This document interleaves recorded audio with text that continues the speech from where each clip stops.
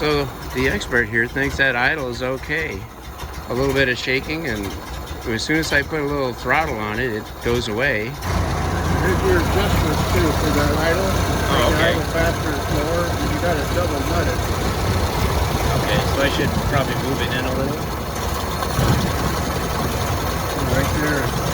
That's Idling pretty smooth. yeah, it's running really smooth. So I should set it right about there. Now I have a video of that sound, so I can duplicate that. Now my dad had the fan replaced with a 4-blade because he was going to parades in Anacortes and it was overheating. You know, it's a truck fan. Yeah. You got a little bit of a drip in your carburetor. You see it drip? That's why you're smelling gas. Oh, is that seal around the top? No. Hello. Turns out there was a Anybody crank hear me? under the seat. All right, let's get. You're in business. I'm gonna get this show on the road. Sequim's very own So now I Amanda can- Bacon is gonna open it. I can line up the distributor cap You like to contacts go around with the just rotor. so? We Yep. got about 2 Now it's minutes. in gear right now, so 2 You got to minutes. find the right place, yeah. and then just pull up on it, Okay, and fantastic. you'll be able to set your distributor that way, your points and everything. I'm gonna try wide angle with the flash on to see if I can see the source. I won't be able to see it as I'm recording it, but maybe afterwards.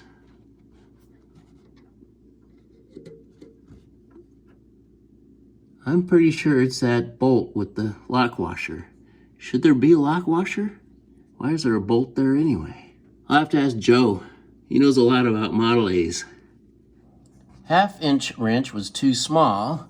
I'm going to try 9/16, and I'm looking at what I'm doing at the back of my iPhone. Yeah, it went right on.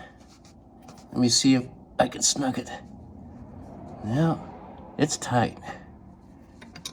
What about the one next to it?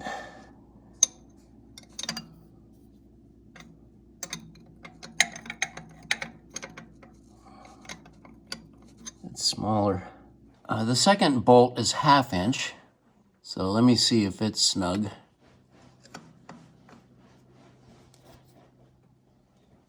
Yep. Oh, no, there was a little bit of give there. All right. Let me confirm the 9/16 is snug. I'm using my left hand this time, so I'm sure it will be the same. I have to approach it from the other side. For some reason I can't get to it this time. There we go. Yeah, a little bit. Alrighty. Maybe that was it. While I'm at it, one more time with the 1/2-inch bolt.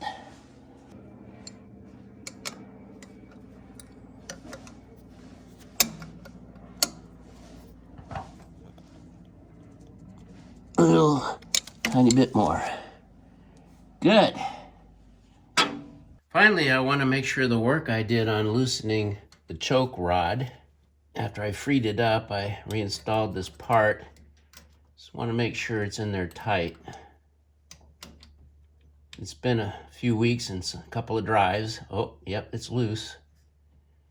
Don't want to go too tight because I want that to continue to spin. Yeah. All right. Over time, I can check this and see if there's any more drips of fuel down onto that pan. Well, now that I've found my engine crank tool, I can turn the crank, line up the distributor cap points with the rotor, measure the gap, and adjust them as necessary. Let's give it a try, my first time.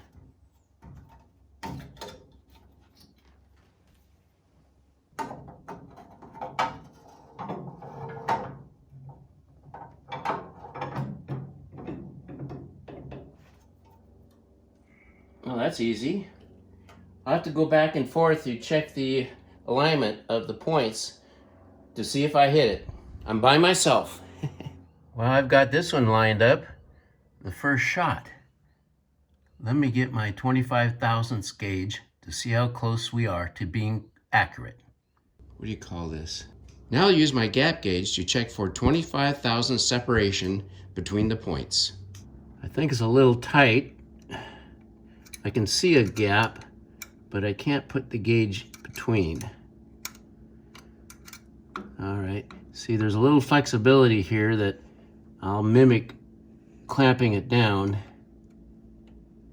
and also flexibility in the rotor. Nope. Let me try a smaller size, like 18 thousandths. Yeah, it looks like the gap is about 18 thousandths. So I need to change it to 25 by filing down this rotor a little bit. All right, let's make that adjustment. Moving on to the next distributor cap contact. Diane's going to tell me when I've reached that point. She's helping me. Keep going. Keep going. Keep going. Keep going. Keep going. More? More. More. It has to be straight on to it, right? Ideally. Okay, keep going. Keep going. Keep going. Keep going. Okay, that's good. Wow, that was more distance than I would have thought. Yeah, I hope I'm at the right one. As long as it's on one of them. I checked all the gaps and they're right at 25 thousandths. Maybe a little tighter, maybe a little looser. It's not perfect. I can't imitate what it's like with the cap on. I'm gonna go with it. My final maintenance project today is to clean out this glass fuel sediment bowl. I have never seen sediment in it before, and there is something in there that's very suspicious. Both fuel line valves inside the cab and here are in the off position. A certain amount of fuel is going to probably leak as I remove it, so I'll put a container underneath to catch it. So I placed an old Pyrex measuring cup beneath the sediment bowl to catch the fuel. Hopefully it won't be a dramatic pouring out. Haven't done this before. Let's see what happens. Oh. Okay, it's very easy to loosen. Oh, here comes a little fuel.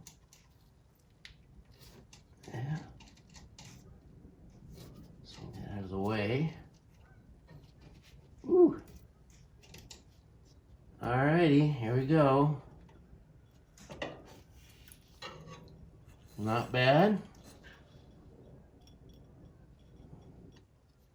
I'm gonna set this in the bowl without dumping it. I'll try to get a closer view of this through the camera before I dump it into the bowl.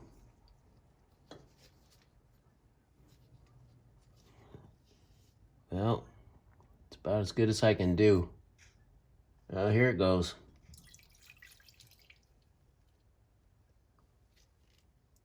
We're gonna have to clean this out. Boy, there's a lot of gook in here. Wow.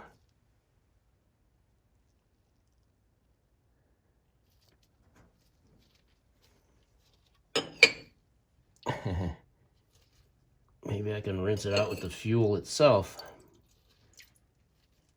Yeah, that works.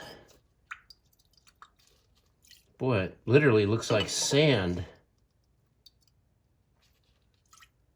All right. I'll go clean this with a rag. I'm going to take a quick look using the camera at the gasket. Okay, it's cork. It looks in good condition. I've had no leaks from this sediment bowl, so I'm just going to reinstall it as it is. The bowl's nice and clean. It looks brand new.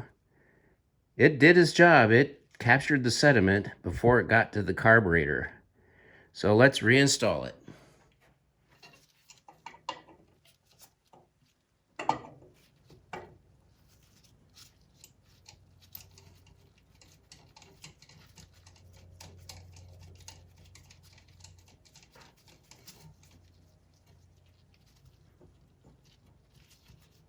Uh-oh, got my glove stuck. There we go.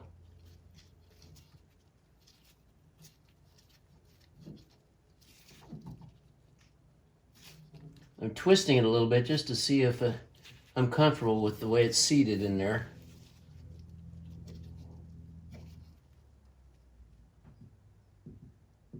All right.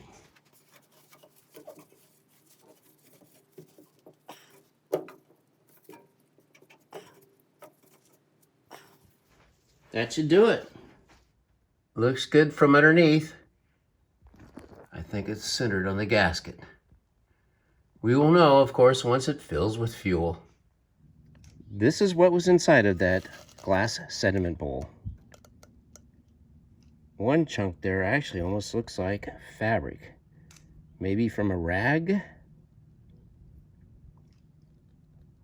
That one there. Well, again, it captured the nasty things that you don't want to get into your carburetor. There is no fuel filter. Maybe I should add one. Well, that's a wrap. I hope you enjoyed watching my 101 learning curve modeling basic maintenance. Everything went good, I think. We'll see when I start it up next on my next video. Thanks for watching.